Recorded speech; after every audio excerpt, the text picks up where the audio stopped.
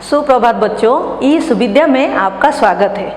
आज हम हिंदी साहित्य का और एक भाग जिसे हम व्याकरण कहते हैं उसका अध्ययन करेंगे। व्याकरण क्या है?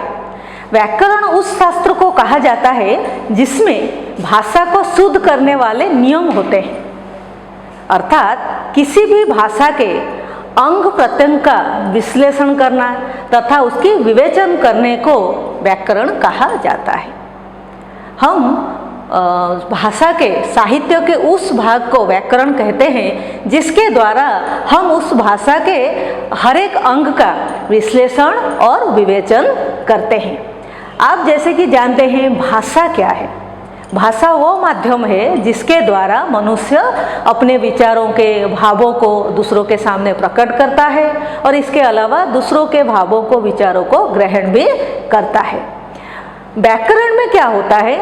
ध्वनि, आपका शब्द, वाक्य आदि के नियमों पर विचार किया जाता है ताकि हम क्या कर सकें, भाषा को शुद्ध तरीके से बोल सके और कह सके। हम भाषा में क्या करते हैं? ध्वनि का, शब्द का, वाक्य का ही व्यवहार करते हैं। अगर ध्वनि, शब्द, वाक्य इन सब को कैसे व्यवहार करें, उसके नियमों पर अगर हम ठीक तरीके से उन नियमों को जान ले तो हम भाषा शुद्धता के सहित कह सकते हैं या फिर लिख सकते हैं। तो इसके लिए हमें व्याकरण की सहायता पड़ती है। तो आपका जो पहला विषय है व्याकरण में, हम व्याकरण क्यों पढ़ेंगे? जैसे कि हमने कहा कि भाषा को शुद्ध तरीके से लिखने और पढ़ने के लिए हमें व्याकरण की ज़रूरत है। इसके अलावा हम भाषा के विभिन्न अंगों का विश्लेषण करते हैं, विवेचन करते हैं और ध्वनि हो गया, आपका शब्द हो गया और वाक्यों के नियमों पर विचार भी करते हैं। अगर आपको कोई पूछे कि आप व्याकरण क्यों पढ़ते हैं तो हमारा उत्तर ये होना चाहिए, भाषा के स्वरूप को हम व्याकरण के माध्यम से जान पाते हैं। किसी भाषा को ठीक से बोलने और लिखने के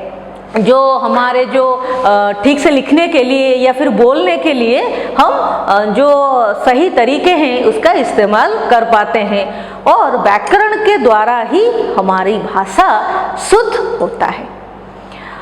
क्या आप जानते हैं कि ये व्याकरण के प्रकार कितने प्रकार के हैं जिन्हें हम व्याकरण के अंग भी कह सकते हैं? व्याकरण के प्रकार आपके वर्ण विचार और इसके अलावा है इसका शब्द विचार और वाक्य विचार। ये तीनों को व्याकरण के प्रकार या अंग कहा जाता है। तो आपने भाषा किसे कहते हैं हम ये जाने। अभी हम जानते हैं ध्वनि किसे कहा जाता है। हमने पढ़ा कि व्याकरण के माध्यम से हम हमारे ध्वनि, शब्द, वाक्य आदि को नियमों को विचार करते हैं। तो ये ध्वनि, शब्द और वाक्य क्या है? पहले हम देखते हैं ध्वनि किसे कहते हैं। हमारे मुंह से जब हम बात करते हैं या फिर अपने भावों को, विचारों को जब हम प्रकट करते हैं तो हमारे मुंह से जो बातें निकलती हैं, जो विचार निकलते हैं, उसके जो सबसे छोटे खंड को हम ध्वनि कहते हैं। तो हम ये कह सकते हैं कि जब हम भाषा बोलते हैं तब हमें ध्वनि की आवश्यकता होती है। तो ये जब हम बोलते हैं उसके जो छोटे खंड होते हैं, जैसे कि आपका अ, आ, ग, च, द, प, ये सारे जो ध्वनि होते हैं, मतलब ये सारे छोटे छोटे खंड हैं जिसको हम इस्तेमाल करके अपने भाषा को कहते हैं या फिर बोलते हैं। जब हम भाषा को लिखते हैं, ये तो हो गया जब हम भाषा को बोलते हैं, इसके सबसे छोटे खंड को हम ध्वनि कहते हैं। जब हम भाषा को लिखते हैं, अर्थात ध्वनियों को लिखने के लिए जिन चिन्हों का या फिर जिन संकेत का, प्रतीक का प्रयोग हम क्या करते हैं, उसको हम वर्ण कहते हैं। अर्थात हम कहने के लिए ध्वनि का इस्तेमाल करते हैं और लिखने के लिए वर्ण का इस्तेमाल करते हैं। तो आप वर्ण किसे कहते हैं ये समझ गए होंगे कि हम लोग जब ध्वनियों को लिखने के लिए जिन चिन्हों का प्रयोग किया जाता है उसे हम वर्ण कहते हैं। और इन वर्णों के समूह को, मतलब जब हम वर्णों को एकत्र करते हैं तो उसे कहते हैं वर्णमाला। और इसके बाद जो बोली या भाषा, आपकी जो भाषा है, जो हम जब कहते हैं उसको हम बोली कहते हैं, ये बराबर बदलती रहती है, बदलती जाती है। और आपने जैसे देखा कि ध्वनि का प्रतीक होता है वर्ण, अर्थात लिखने का जो सबसे छोटा प्रतीक है वर्ण, तो हम जो बोलते हैं हमारी भाषा सदियों से ये बराबर बदलती चली आई है। और इसके हिसाब से ही लिखना, हमारा जो लेखन होता है वो भी बदलता रहता है। तो हम कह सकते हैं बोली या भाषा बराबर बदलती रहती है और लेखन भी उसी तरह अपना रूप लेता रहता है। तो इसके बाद ध्वनि के बाद हमने जाना वर्ण। अब हम जानते हैं शब्द किसे कहते हैं। ये सारे जो बातें हैं आप ओडिया में भी, हम 8वीं कक्षा में भी इसको आप समझ चुके हैं। फिर भी एक बार और देख लीजिए शब्द किसे कहते हैं। हमने ध्वनि क्या है इसको जाना, एक या इससे अधिक, जिसको हम एकाधिक भी कहते हैं, ध्वनियों को एक साथ अगर हम उच्चारण करते हैं और इसका कोई अर्थ होता है तो उसको हम क्या कहते हैं, शब्द। जैसे कि मैंने कहा था ये एक ध्वनि हो गया क, ल भी एक ध्वनि हो गया और म भी एक ध्वनि हो गया। तो ये तीनों ध्वनि हम एक या एकाधिक ले गए, तो एक या एकाधिक ध्वनि जब एक साथ उच्चारित होते हैं और इनका कोई अर्थ होता है तो उसको हम क्या कहते हैं, शब्द कहते हैं। देखिए इसको अगर हम वही 3 ध्वनि है, उस 3 ध्वनि को हम क्रमानुसार इसका क्रम बदल देते हैं तो इसको भी हम एक साथ उच्चारण करेंगे, ल क म को हम एक साथ उच्चारण करेंगे, लेकिन इसका कोई अर्थ नहीं है तो इसको हम शब्द नहीं कहेंगे। लक्कम कोई शब्द है, अगर मैं लक्कम कहती हूँ तो इससे कोई भाव आपका प्रकट होता है नहीं, तो इसका अर्थ नहीं है तो ये शब्द नहीं है। लेकिन कलम, कलम कहने से आपके दिमाग में आ जाता है हम जिससे लिखते हैं, तो ये शब्द हो गया। तो शब्द किसे कहते हैं, एक या एकाधिक ध्वनियों को अगर एक साथ उच्चारण किया जाए और ये अर्थ सहित हो तो हम उसको शब्द कहते हैं।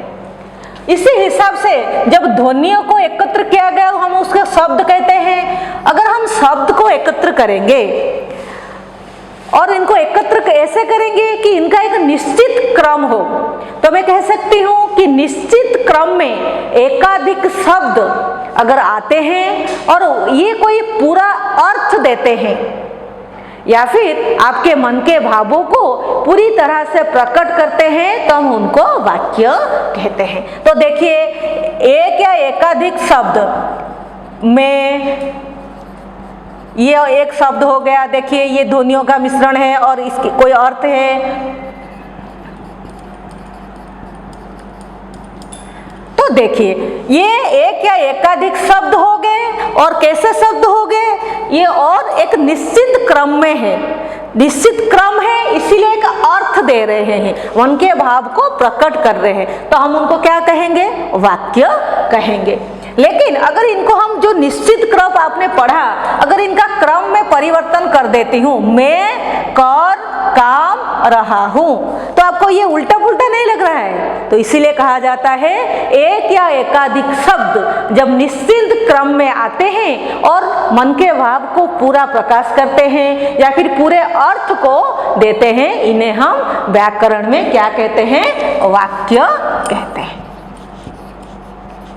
देखिए ये एक वाक्य हो गया, उसी तरह आप बहुत सारे वाक्य हम कहते रहते हैं, लिखते रहते हैं। और देखिए ये जो शब्द, ये एक शब्द है, ये एक शब्द है, ये भी एक शब्द है, ये एक शब्द है और ये एक शब्द है। हमने कहा था कि एक ध्वनि को लेके भी शब्द बन सकता है, तो ये एक शब्द है। लेकिन इस वाक्य में जब ये शब्द को हम व्यवहार करते हैं, इसका नाम परिवर्तन हो जाता है। इसको हम क्या कहते हैं? पद कहते हैं। तो हम कह सकते हैं जब हम शब्द को किसी वाक्य में प्रयोग करते हैं तो उसे हम क्या कहते हैं? पद कहते हैं। कभी कभी आपके पद में शब्द के साथ शब्दांश भी जुड़े रहते हैं। जैसे मैं एक शब्द ले रही हूं समाज, इसके साथ अगर ये शब्दांश जुड़ गया तो आपका क्या हो गया? सामाजिक। तो पद किसे कहते हैं? जब हम शब्दों को वाक्यों में प्रयोग करते हैं उसे हम क्या कहते हैं? पद कहते हैं। और पद के साथ आपके शब्दांश भी जुड़े रहते हैं। तो बच्चों देखिए कि ये मैं, अगर मैं सिर्फ मैं को लिखती हूं तो ये एक आपका शब्द हो गया, लेकिन वही मैं जो वाक्यों में व्यवहार हो गया, यहां पर मैं उसे कहूंगी पद। तो आप अच्छी तरह से आज अपने हम लोग व्याकरण क्यों पढ़ेंगे ये जाना, हम ध्वनि किसे कहते हैं, शब्द किसे कहते हैं, पद वाक्य किसे कहते हैं, ये भी समझ लिए। आज के लिए बस इतना ही। धन्यवाद।